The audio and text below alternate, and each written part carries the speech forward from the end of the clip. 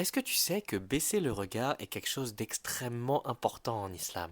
Il ne faut absolument pas négliger cela. Baisser le regard, c'est un acte de noblesse et de maîtrise de soi. Le fait de baisser le regard, ce n'est pas juste un simple geste physique, ça doit aussi se faire mentalement. Lorsqu'on baisse le regard, eh bien, ça nous prouve qu'on arrive à se maîtriser et on fait justice à nos yeux, à notre cœur et à notre cerveau. Quelqu'un qui baisse son regard va devenir plus digne. Il aura une meilleure estime de soi et il se sentira encore plus proche d'Allah. Un homme qui baisse le regard, c'est un homme qui a un respect profond envers les femmes. Et comme je l'ai dit au début, ce n'est pas juste un acte physique, c'est aussi mental. C'est le fait de se dire je te respecte même dans ma pensée. C'est le fait de ne pas flirter, de ne pas fantasmer, de ne pas désirer d'une façon déplacée. Lorsqu'un homme baisse le regard physiquement et mentalement, le monde devient plus sûr pour les femmes. Elles peuvent se sentir plus en sécurité, même à côté d'un inconnu, si cette personne-là baisse le regard et ne la fait pas se sentir mal. Et baisser le regard est un ordre d'Allah, qu'on soit marié ou non. On ne doit pas attendre d'être marié pour commencer à baisser le regard. Bien sûr que non.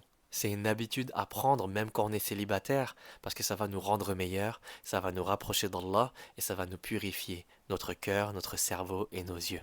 Un homme qui s'habitue à baisser le regard avant même d'être marié, avant même d'avoir trouvé quelqu'un à marier, c'est un homme qui respecte les femmes et c'est un homme qui va trouver sa future femme encore plus belle. C'est un homme qui va la respecter davantage. Il devient loyal dans l'âme même avant de s'être engagé avec qui que ce soit.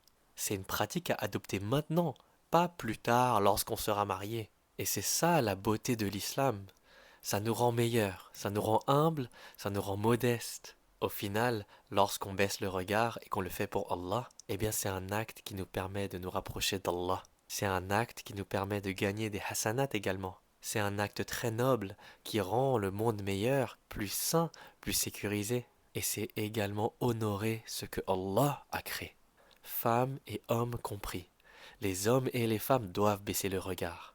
Et vous savez, il y a même un compagnon qui baissait tellement le regard qu'un jour une femme l'a demandé es-tu aveugle? Et il a répondu non, mais je baisse mon regard par crainte d'Allah. Il baissait tellement son regard que les femmes croyaient qu'il était aveugle. Subhanallah.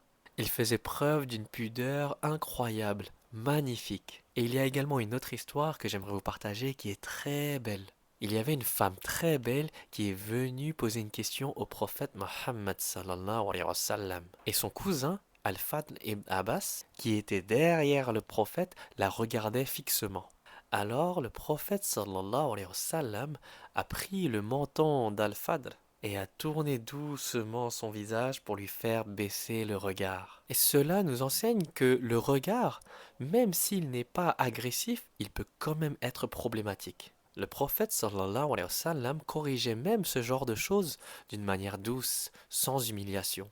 Et ça nous enseigne aussi que même les meilleurs hommes peuvent être tentés par un regard. Mais ce n'est pas la tentation qui est blâmable. Ce qui fait la différence et ce sur quoi on est jugé, c'est ce qu'on en fait de cette tentation.